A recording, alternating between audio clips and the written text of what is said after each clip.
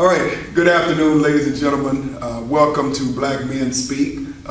Tommy Duncan and Jimmy Stewart, where we talk about provocative issues impacting our community. So what I'd like to do is have everyone introduce themselves, and then we'll get into the topic of the day. My name is Tommy Duncan. We also have...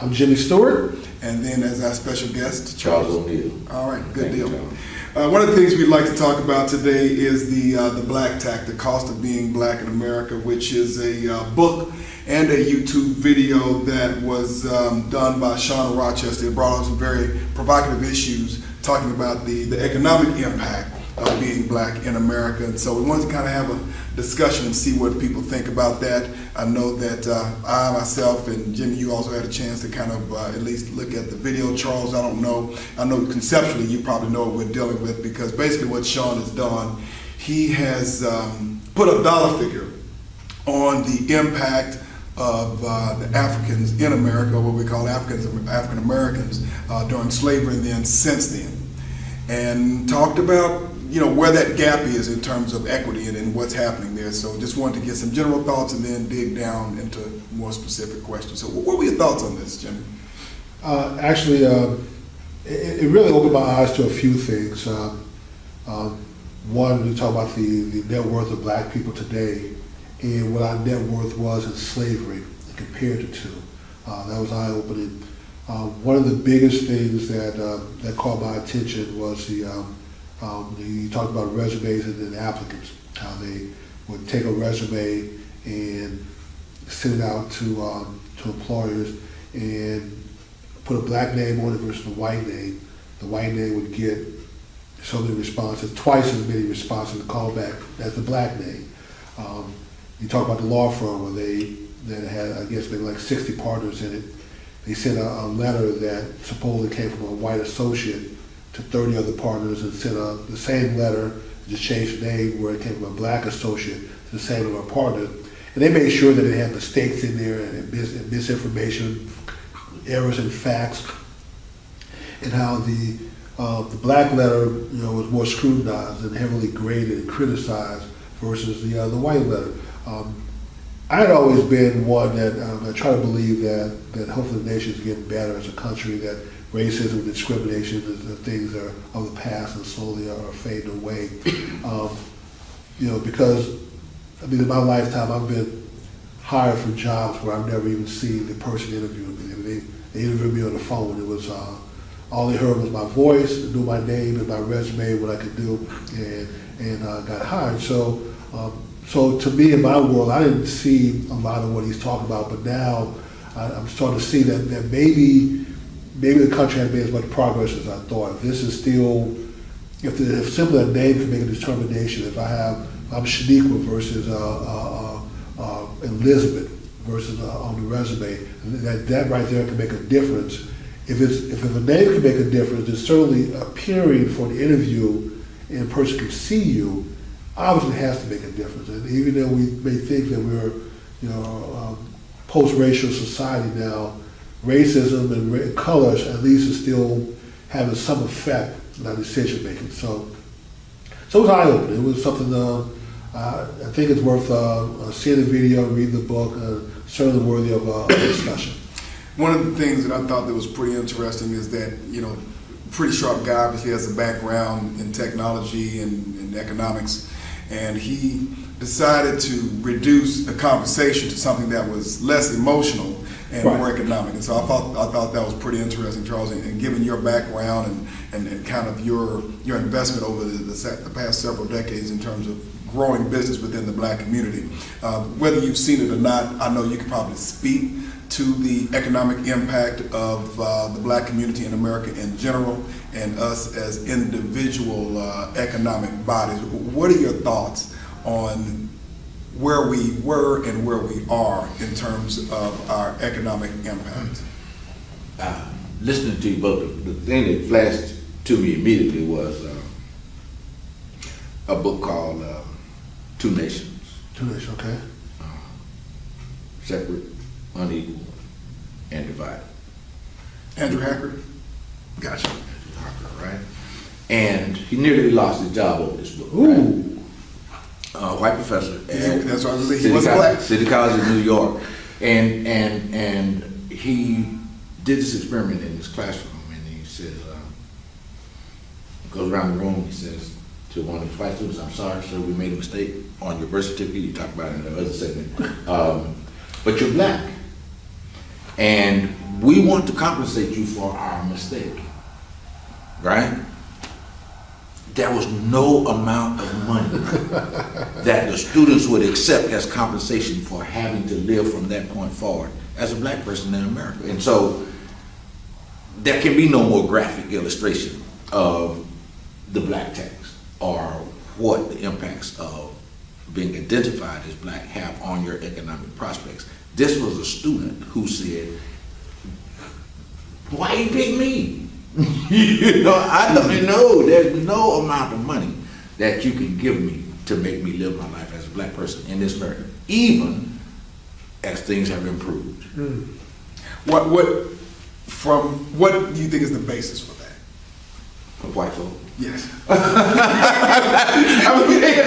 It may sound like a simple question. Give me your opinion. There's another book. It's kind of it's out of print, so it might be a little more difficult to find. It's called Alienable Rights, and it's by two professors, white professors. ALIEN, Alienable. Alienable Rights, and their thesis is that there was never a time in America's history, from the First Continental Congress to today, that there was ever any intent for black folk to benefit from their presence in America. And so that's pretty eye-opening and a pretty critical assessment of the country. So despite our active involvement from Bunker Hill to Afghanistan and Iraq as protectors of this country, the very formation of the country had no design for you to have ever benefited from whatever the government created as this country. And so I often point to those two books because they were written by white folk, Right. and demonstrate very clearly that they've always known what the impacts of their approach to building America were on black folk or non-white folk, because clearly Native Americans and Latinos have experience as well. And so when Make America Great Again is pronounced from the rooftops, it's very clear that the sub-message is, let's get back to our founders' intent, which was to be a very exclusive haven for a Eurocentric, white-dominant country. You said earlier, and again, as I mentioned to you, words do have meaning. And we talk about the prospects of this country becoming a majority-minority country, when in fact it is, because numerically white folk are a minority in the world. Right. You know, and so we've got this twisted thing in our head that, you know, I talked to a group of African scholars. They're here for, it was a government, program that brought scholars from across the world, and 50 of them were assembled in San Antonio a couple of years ago. They talk of themselves, they describe themselves as a minority. They're from Africa. Africans. Because this propagandizing of perspective from a Western perspective is so omniscient, is so ever-present, everywhere. Omnipresent rather than omniscient, is everywhere. And so when there's no mystery to me, and this is way off this subject, but there's no mystery to me why North and South Korea can have a cordial conversation. It's because they're cousins. And then it was until 70 years ago that got this Right. this line drawn through their country. They didn't decide to draw that Right. line. You know, there were other interests at play that decided that they had some man or resources that we needed. We needed more than, and it was more valuable to the U.S. and communism to fight over than it was of interest to the people who lived there. And so all of this is a piece of this conversation. Yes, in fact, there is a tax attached to living black in America, absolutely. But it's a function of a whole bigger thing that's going on across the world. One thing that I found pretty interesting, he had made a statement of, in essence, a 100% tax on black people in America. 100% tax, because in essence, your human capital, your physical capital, anything that they may consider to be intellectually capital, was 100% tax, which means that you put everything in and you get practically nothing back in return on that. We had talked about, you know, the American premise of, you know, no taxation without representation. But you put your entire life into a system and you get very little in return. In addition to that, we talked about the economic of black folks in America, even considering what we contribute to our local, state, or national economy. But when we look at the economic results within our community, we're looking at maybe 1 to 1.5%.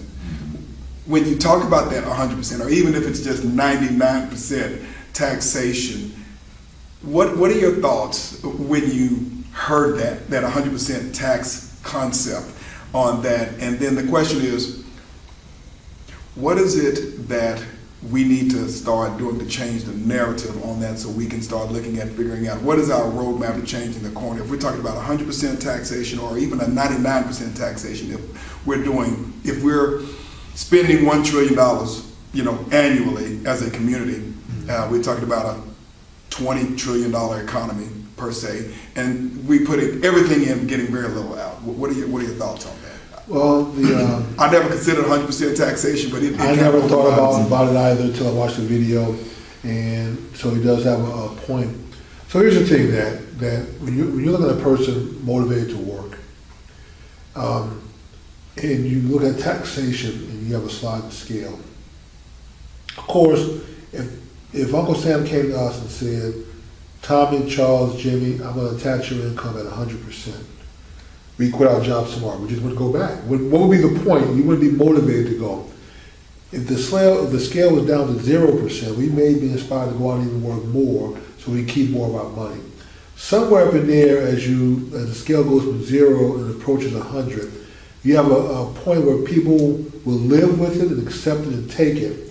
But then there are points that if you go too high, too close to 100, you're going to shut down production. They were able to tax at 100% because black folks did not get a paycheck. They woke up every day without a paycheck, but yet woke up every day before the sunrise to do some of the hardest work in America, and wouldn't stop until the sun set. We're talking minimum 12-hour days in the summertime, probably 14, 15-hour days in the peak of summer, probably 12 hours during the winter months, but still I always imagine the mindset, what would it take to actually get up every day under those conditions? I don't know if I could do it. I mean, I certainly couldn't do it with today's mindset. So for those people to have to deal with that psychologically, of working that long every day with no benefit whatsoever, to come out of that system, and we were talking about the sharecropper system, how, you know, the land, the 40 acres, the land that was confiscated from the South was all given back to the plantation owners. You know, once they accepted the pledge to re-enter the U.S. as citizens, and for these people to have to go back to work, the Jim Crow laws, the vagrancy laws that would force them to go back to work for the person you just came out of bondage with, and then for you to be in debt to them where you could never get out, no matter how much you worked and raised. So that whole structure, those people had to be mentally tough to deal with that and to have some kind of hope that things were going to get better, because I just don't know if I could have held on mentally or physically under that condition. You know, to really have a conversation about this that results in some resolution, you know, we gotta get context, you know, and so I think what you just said, Jimmy, captures perfectly part of the dilemma, is that if, in fact, the answer to what we've experienced, black folk have experienced in this country, is to find some comfortable place in the existing construct. Right. That's one kind of answer. But it has to be reconciled against, again, the very experiences that you just illustrated, is our initial value was labor. And if we accept that a fundamental tenet of capitalism is controlling the means of production, that was us. Mm-hmm. And once that was removed from the plate, you didn't have a value. And so there was, again, if we accept that there was no talk intent. about that once slavery ended, the impact, let's say just on the balance sheet for a plantation owner, that collectively the 4 million slaves at that time were worth about $20 trillion. They were about 1/5 of the economy of the U.S. Now you take it off the balance sheet, you remove that. I mean, that was a lot of wealth that just went away like that. That's interesting.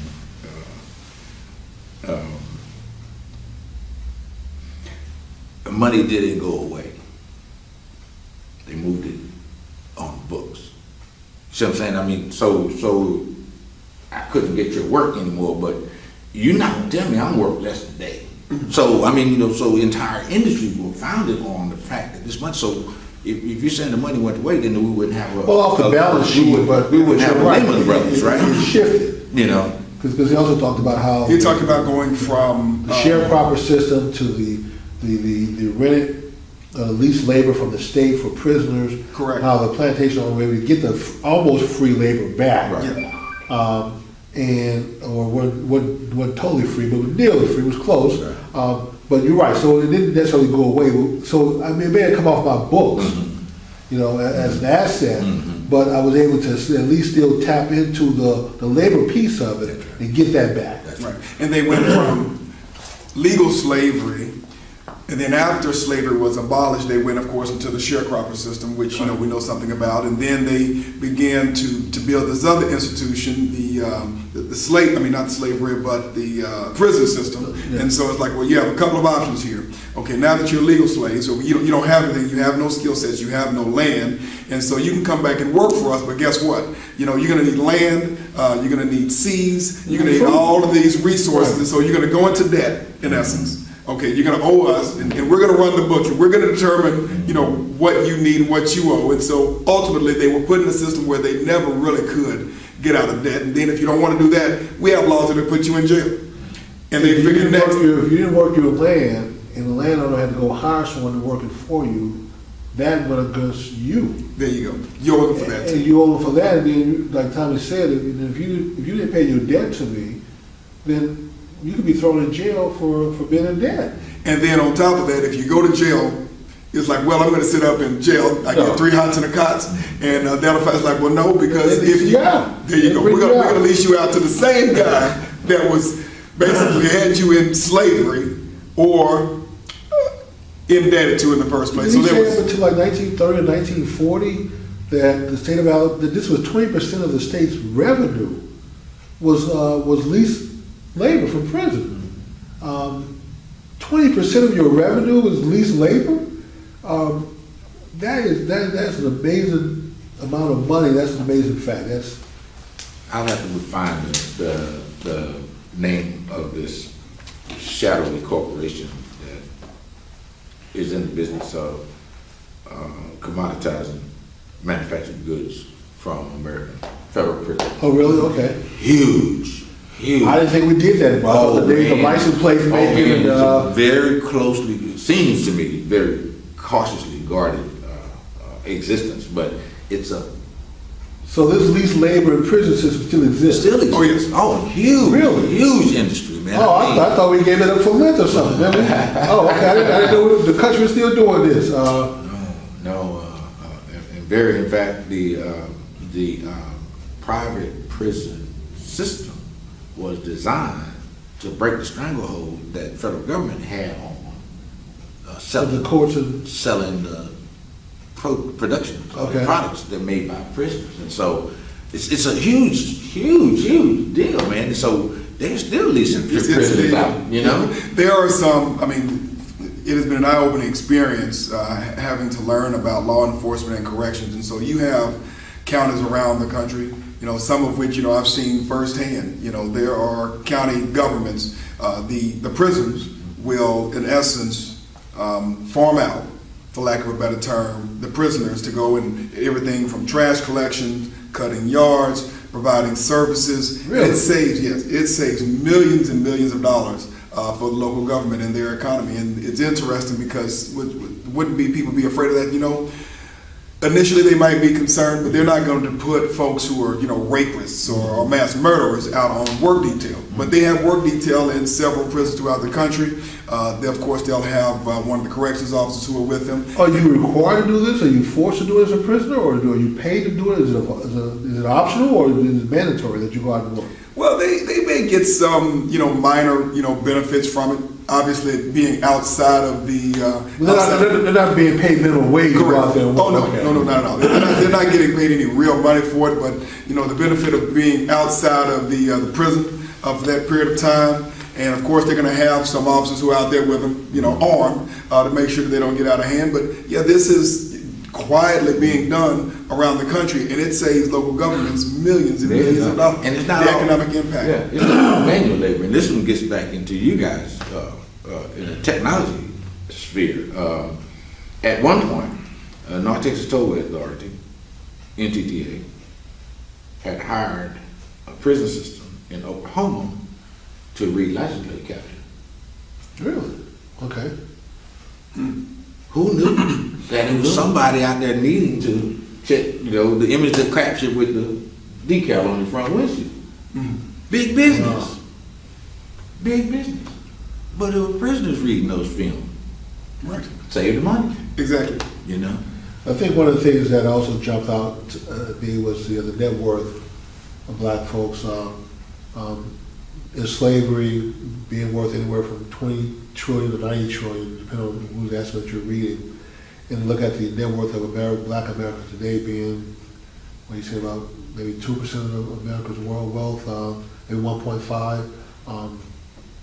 It seems like we've gone backwards since slavery as far as being able to accumulate wealth. I know a lot of that is in our homes and 401ks now, but where it's not and where it's going to make the biggest impact is in business. I mean, you know, the work that you do at the TAC is the reason it's so important. If we don't establish a black economic base that's growing and vibrant, I'm not talking about just one-man shop. You talked about that, where the average black business is just one person making $100,000 a year or less. So it's really just more of a sole proprietor, contractor. But that's where most of the black businesses are. That's the space they're in. Yeah. They're not the 50 employees, 100 employees, 1,000 employees. Those are very few of the makeup. But we need more of those growing black businesses to make an impact to increase our black wealth.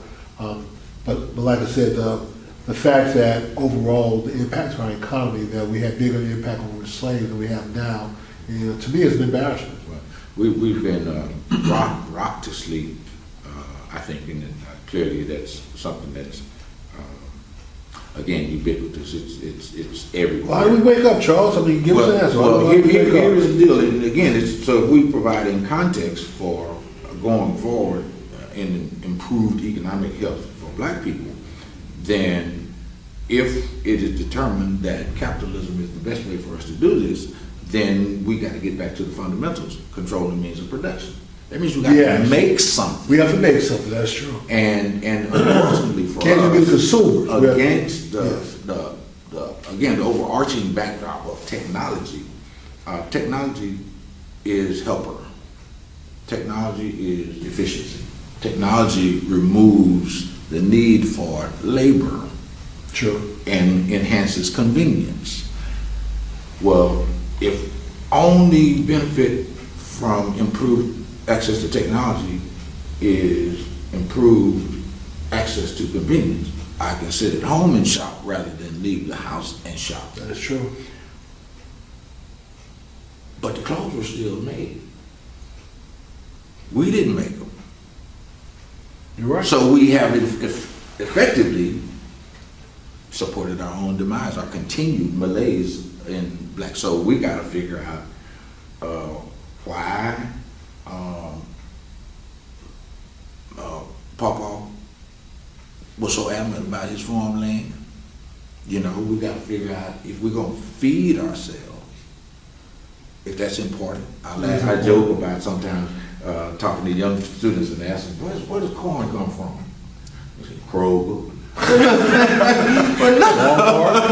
them it does. I don't think they've ever seen it, because it's interesting you bring up this point, because I mean, if we go back maybe 50 some odd years ago, when you look at where the majority of our parents and grandparents lived, they were more rural, but now obviously it is more urban, and so they've never seen farms, they've never seen crops. Some of them have never seen a live cow or pig or chicken. That's right.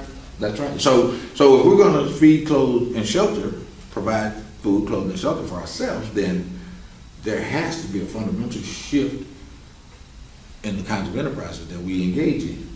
And it may flow against this other tide that's pushing us through enhanced technology. And so subsistence, if that's important, I offer that. Eating is pretty important. Eating is pretty important. You know, that right up there with the air and water. Right after air and water. You know, yeah. After that, a place to live. Yeah, you know, a place to live in that order. Yeah. Yes. And so that you clearly, if you talk about those, there were folk who could. One of my daddy's brothers was a carpenter, and he lived in Detroit. But I watched these brothers; they could build a house in 3 days. You know, I mean, and brick it. I mean, they were just phenomenal artists. They were craftsmen, clearly, but they were good at this. Find me a young brother who would dedicate his day with a hammer and nail. Let me ask you this. I mean, you bring up a very good point, because I mean, my father's grandfather actually laid cement, and so he did construction work. And so I guess as we as a community, and maybe America has become more urban, you know, we've lost those skills. We've lost maybe the consciousness of being our own business people. I don't know that you can go back and invigorate that sense of entrepreneurship, other than the fact that, okay, I need to find another job because I lost mine. And maybe this is a topic of another session, but trying to turn the corner on being more economically self-sufficient, because most folks are, well, I'm comfortable, you know, with my day job. I don't have to do all this other stuff. I don't know that there's another answer. Well, I call it an O'Neillism. Have to is different from want to. You know, you sit up and talk, I sure want something, you ain't gonna do right. It. You know, but when you have to, right. You find a way to get it done. And the facts are that we have to get a grasp on this deal. You know, if the education of future generations is important, and I think we've established that it is, then ensuring that they get the education that allows them to get to a point where they're concerned about handing off to a future generation. If we can't keep them alive, eating and drinking water for the next 3 generations, we just bumping our gum. But see, also, you talk about technology. If you look at, like right now, you talk about shopping online. So the store in my neighborhood offers an online service now. I don't even go to the store anymore. Mm-hmm. I really, they have everything on their website. I mean, I do a search, I find every product. That's right. I order it, I pay for it. They give me a time to come there and pick it up. I go there, they bring it out to my car, they load the groceries up, and I drive off. Mm-hmm. Even if you wanted to open up a grocery store right now, lined up black farmers to provide the food, black distributors to process it, can it, package it, and deliver it to the store, if you're not ready to embrace the type of technology now, you can at least order some of the products online, do something. If you don't start integrating that, which sometimes the black business is slow to do, even if you get this off the ground, you're already behind the people who are doing this. You're right, the technology is making it more convenient, but people want the convenience. But again, I'm not disputing that at all. The caveat I put on is say, unless your life depended on it. And that's the way I approach what I do every day, is that this is such a critical need. Controlling the one last medium of exchange we have for the marketplace is our financial resource. Since our labor has no value. So the only thing that we're able to return to the marketplace is whatever financial resources we have. Unless you're in the NFL or the NBA. That's a whole other one there, man. But another topic, another show. And so we have That's to. Those Cowboys that draft. Don't get me started. We just have to again fine tune our rate of exchange. And so if the market is comfortable telling us that we are valued because of our $1.3 trillion worth of consuming power, then we have to figure out a way to exact a different return. Implicit in business relationships is I give you some money, you give me something that I think is that value. Mm-hmm. We're not getting back. Unless you just want a pork chop, you know what I'm saying? But I think that there is another conversation that can be had in the marketplace as relates to the value of our contribution to the economy. And I think that we like to skirt around or dance around because that's going to be hard work and that's going to be probably not nice civil conversations about exacting a different rate of return on our investment in the marketplace. And so if, as we talked earlier, if you want to sell me groceries, then I got to build a store. That's the deal. If you're going to sell me a car, I got to be able to sell you the oil. That's the deal. If I'm going to live in your city, you're going to send a police car within 2 minutes. That's a deal. Right. And so we just have to get better at exacting the terms of the relationship. And again, I think that the hard work of that is confounded or impeded by all of the other kind of stimulus that we have to take in going to Wakanda. Gotcha. And I guess as we begin to kind of close this out, try to round this up. So what was your take on the employment thing? When you talk about the resumes and the job applicants and the income disparity between people who are hired and to do the same job over a lifetime of how much money you're losing, spending power that you don't have because you're being paid less to do the same work. So what was your take on Tom? What was your opinion? What did you feel when you talk about the hiring disparity? Especially the names on the resume, that really jumped out at me. Because if my parents had sort of given me a different name, Jimmy Stewart, you can't really tell, right. I guess, just by name wise, I'm black or white. And maybe if on the phone, if they can't tell, they may be shocked when they first meet me or something, but it's too late at that point. But if they had named me something different, little Ray Ray or something, or Pookie, I could be in a different economic situation now than I am now, just over a name. Right. No, I think that brings up a very good question. So a couple of words come to mind for me. There's propaganda, which we brought up a little bit earlier. There's leverage, people who have power, control, and value. Because ultimately, if you're talking about a piece of paper, not two individuals, but a piece of paper with the same content on it in terms of experience, the only difference is one name that connotes a certain perception in terms of who that person is and what they look like versus another one, which is obviously someone with the same skill sets, whether it's on paper or live. It's propaganda. Your perception of someone's value and worth to you because of the way that they look. Number two, how comfortable you feel with them. You know, if someone who looks like me and I happen to be Caucasian comes in and me feeling comfortable with bringing them into my company and value versus someone who is black or someone who is Hispanic or someone who is Asian, all of those have provide an emotional response for that potential employer. And then there's leverage. Who are the people who are in control of making the ultimate decision? Who do I want in my company? Who do I feel is going to bring more value?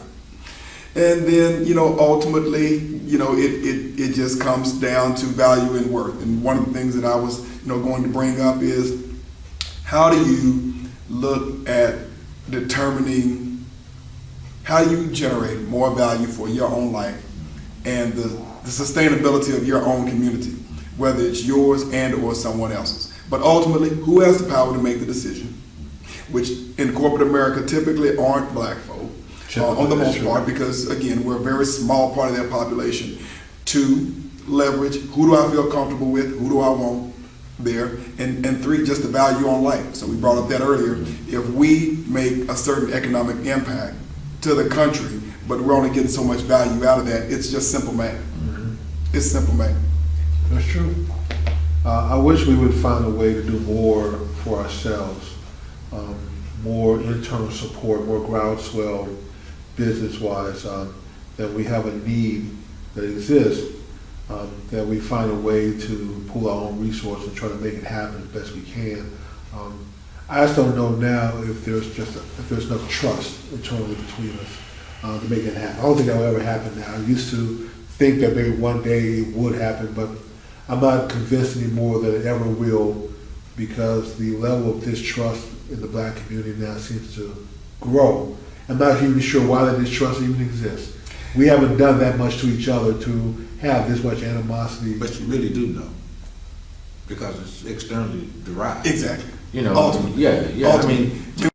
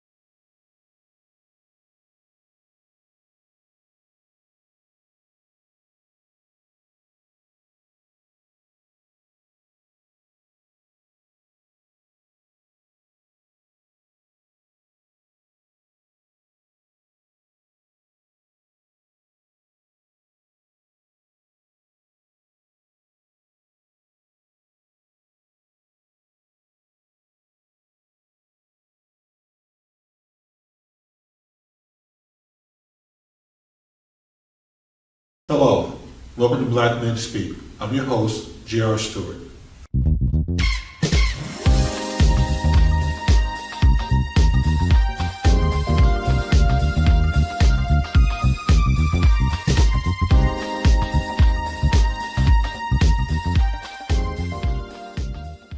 Today we're going to discuss the role and responsibility that the black man has played in the demise of the black community. And for those of you who are guests, please subscribe to my channel. It will definitely help. And if you have comments, please leave your comments, and I promise, I will answer each and every comment that's posted, either publicly or privately, your choice. So let's just jump in and let's get started. So the black man and the black community. Now there are some who may say, who share my opinion, that the current condition of the black community is something that the black man allowed to happen. That should have never happened. That we should have been stronger and bolder to make sure that it did not happen. I agree that well-intentioned programs, well-intentioned people, who thought they were doing the right thing, who were trying to help solve a problem, which was, what do you do about poor people who are struggling? What do you do to help the poor get back on their feet and become mainstream? And our government went on, had an effort, we call it the War on Poverty, mainly driven by Lyndon Baines Johnson. And there are some who claim that the effort was not so much good-heartedness as it was to try to make sure that they could enslave a voting bloc. But we'll discuss that some other time. So the War on Poverty, well-intentioned program designed to help poor people get on their feet, become mainstream. And there are those who argue that it has been disastrous for the black community, that many of our problems, that the government has sort of bred generational dependency on these programs, because there are many families who may not be able to survive today without them. With these programs, many of us have learned how to work the programs. Rather than learning how to get up, go to work, how to keep a job, how to maintain and balance a checkbook, how to pay bills on time, how to maintain credit, things that you're going to need, skills that you're going to need in life. Many of our folks are learning how to work the system, how to get 4 to 5 Obama cell phones, for instance, how to work the Lifeline programs. And I'm not sure if we look at the overall result that we're actually helped. I mean, we have helped people, don't get me wrong. We spent trillions of dollars on the war on poverty. There have been a lot of people who have been helped, but the long term, is it really helping people with their long-term goals? And being dependent on government should not be the long-term goals. Now you may ask yourself, okay, well, JR, where are you going with all of this? Where is all this leading to? Well, where I'm going with this is that the black man had a chance, an obligation, and a responsibility during the 60s to make sure that his family, his children, did not end up on these government programs. That when the government stepped in to assume your responsibility to take your place, to move you out of the household, move you out of the home, and the government became, Uncle Sam became the husband, became the father, became in charge. When that happened, there are many that may have thought, oh, this is great. I don't have to be responsible for a wife. I don't have to be responsible for kids. I don't have to carry the load anymore. For those that thought that was great, the end result now is that when you look at the abandonment that happened, the walking away from the family that happened, it has not worked out very well for us. It has not. We have the highest unemployment rate of all the groups in America. That's not a good thing. We have the highest dropout rate of any group in America. Over half our young men barely graduate high school. Blacks who do graduate high school, male and female, generally graduate 3 grade levels behind their white counterparts. And when you look at crime statistics, we are the leaders in far too many crime categories. We're number 1 in murders and assault, daily assaults, and manslaughter. I think we're probably number 1 in most burglaries also. And some of the Hispanic groups are not that far behind us, but we're 12, 13% of the population. We should not be responsible for over half the murders in America. That is an amazing statistic that I wish we could find a way to reverse that and turn that around to make it a little more proportional to where we are. If we can somehow get our participation in murders and daily crimes and violent crimes down to 12 or 13%, I think that would be a huge victory. But anyway, before I digress, once again, we're talking about the role and the responsibility of the black male and how that has affected the demise of the black community. Well, the black male is not there. The black man is not there in the family. So women are forced to raise children by themselves, to be husband and father. And there are many complaints against the black woman and how she raised black children, especially when it comes to black boys and raising them into black men. We're not going to discuss that on this episode. We will get to it, I think, on episode 3 or episode 4. So stay tuned. But I don't see where, when I look out on Facebook, I look out on social media, when I attend discussion groups, I hear all these black men complaining about the black woman. But you know what? Here's my point. Since you were not there to help raise your children, you have no say at this point. You have no complaint when you've been absent. Don't tell me how bad the black woman is when you turned your back on the black woman, left her to fend for herself for the most part, and raised these children by herself. The educational system is another area. Lack of a positive male role model, an enforcer to encourage kids and motivate them, sometimes even with a little physical discipline, to get your homework, to study hard, to make something of yourself. There's no male voice in the household, in many of these households, to do that. And I know there are some of you who are going to say, oh, JR, you can't say stuff like that. You're just knocking the black community. We need to be uplifted, not knocked down. I'm sorry. When 73%, I believe, of our babies, black children, are born to unwed teenage mothers, and this is up in the last decade, this is something that needs to reverse. And I can say that there have been too many children who are raised without dual parents in a household. There are too many children being raised by children who are trying to get on with, trying to make a life for themselves, and all of a sudden now they have children that they have to be responsible for, and no one has really taught them life skills on how to be responsible, how to raise children, how to manage a household, so the destruction and the demise of the black community continues to feed on itself. This is something that has to stop. Only way it's going to stop, black men, listen to me. Listen to what I'm saying. The only way the black community is going to be saved is the black man has to step up, be responsible, be a leader. Be a leader in his household is where it starts, but also be a leader in the community and get involved. Set the example. Encourage your children to be better than you. Encourage your children to go out and get a good education, to get the skills and the things you're going to need to be successful in life. Don't necessarily assume that these things are going to take care of themselves. And don't necessarily assume that the black woman can handle all of this by herself.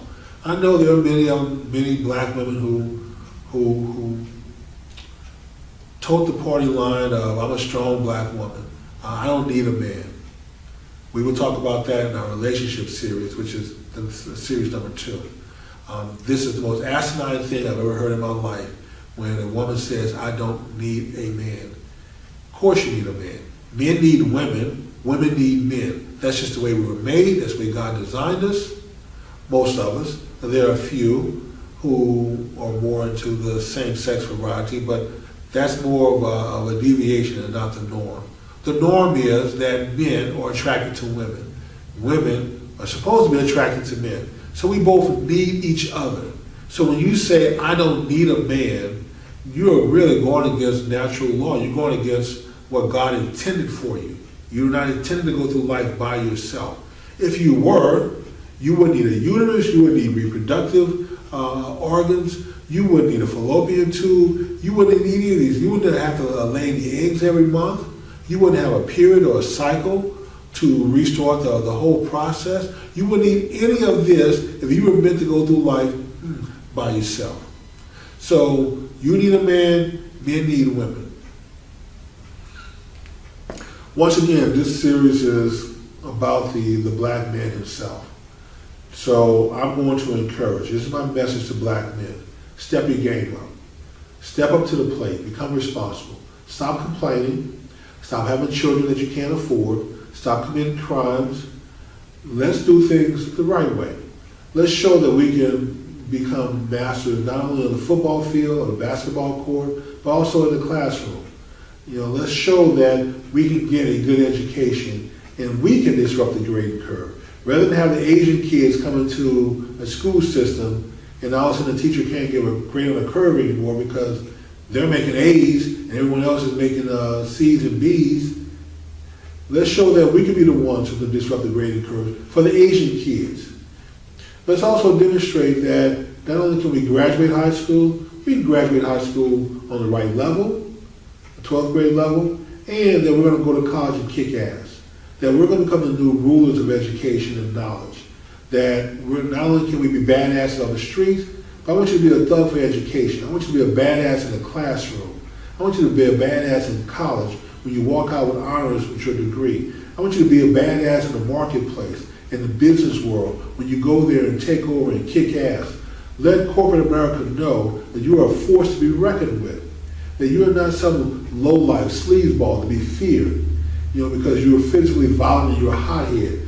No, you're going to Wall Street, you're going to Main Street, you're going to corporate America to be feared because you are something to be reckoned with. You're kicking ass and you're taking names and you're moving up the corporate ladder. We're going to show America what the black man, the true nature of the black man is about. Unfortunately, much of your power is used in such a negative way. There's so much anger built up. You live in a world with plenty and many, and the greatest nation in the world, but many times you struggle trying to figure out where your place is in this world. I have a son. Who's wasting his life away for the most part. I wish he wasn't, but he's trying. At least he's trying now. He wants to become a financial advisor. He's going to class to get his financial license. So I applaud him. I hope he sticks with it. I hope he sticks with it. I hope he learns everything that he needs to learn. I hope he masters his craft, his skill. And I hope he comes out into the world a better man. I hope he comes out into the world kicking ass and taking names, showing that he can be one of the best financial advisors and sellers of financial instruments that the world has ever seen. That is my hope. That is my goal. Whether that goal and that dream and hope materializes, it's all up to him. It really is. And so I'm going to wish him luck. I'm going to sit back, and I will advise you and give you updates from time to time. He just started. I believe Monday is when he starts his training. So in future videos, we will be talking about where he is, and I'm going to use this as sort of my example. And so I hope that he represents the black community well, that he represents young black men well, and do what he's supposed to do. But for the rest of the black men, do not turn your back on the black woman. Do not turn your back on your children. And I hear black men say, well, I take care of my kids. You know what? You don't get a parade from me. You don't get a pat on the back. You don't even get a word of encouragement from me because that's what you're supposed to do. Let's stop celebrating. Let's stop celebrating black men when they do what they're supposed to do. We're going to celebrate you when you do something extraordinary. When you do something above and beyond the norm. And you become above average in your accomplishments. Then we're going to pat you on the back. Then we're going to say, you've done a great job. That's when you get your parade. That's when you get your pat on the back. But getting a parade or a pat on the back for raising your children, for paying bills, or being responsible, I've never been in jail. Okay, you're not supposed to go to jail. Do you not know that? You don't get celebrated for not going to jail. Everyday people that are not going to jail, This is the norm. It's not normal to go to jail. That is not the norm. And maybe in some communities it is, but where I live and the people that I know and associate with, they're not trying to go to jail. And not going to jail is not something that we celebrate. That is just something that's expected. You're supposed to obey the law. You're supposed to not be in court, not be fingerprinted, not going off to county jail, city jail, state jail, or federal prison. That is not what you're supposed to do. You're supposed to stay out of jail. That is the norm. I'm going to wrap up this first show. Once again, I hope that you subscribe to my channel. I hope you come back. Please leave your comments. A lot of the content of the show is driven by the words and the questions that you may have. And I look forward to seeing you for the next episode. The next episode is going to deal with relationships. And we're going to get a little bit more into the dynamic of the black male-female relationship, some of the complaints on both sides that we're going to address, and I hope to see you there. Thank you so much. Before I close, I want to give a big thanks to Fitness 360 for allowing us to use their building to shoot the show in. I want to give thanks to 4R Studios, who's doing the editing of this show, to Carol Wilson, who's the owner of Lifestyle 360 and the Fitness 360, and their website is fitness360.com. Please go visit, patronize them if you can, and I look forward to seeing you next week. Thank you so much. I'm your host, J.R. Stewart, and I'm out.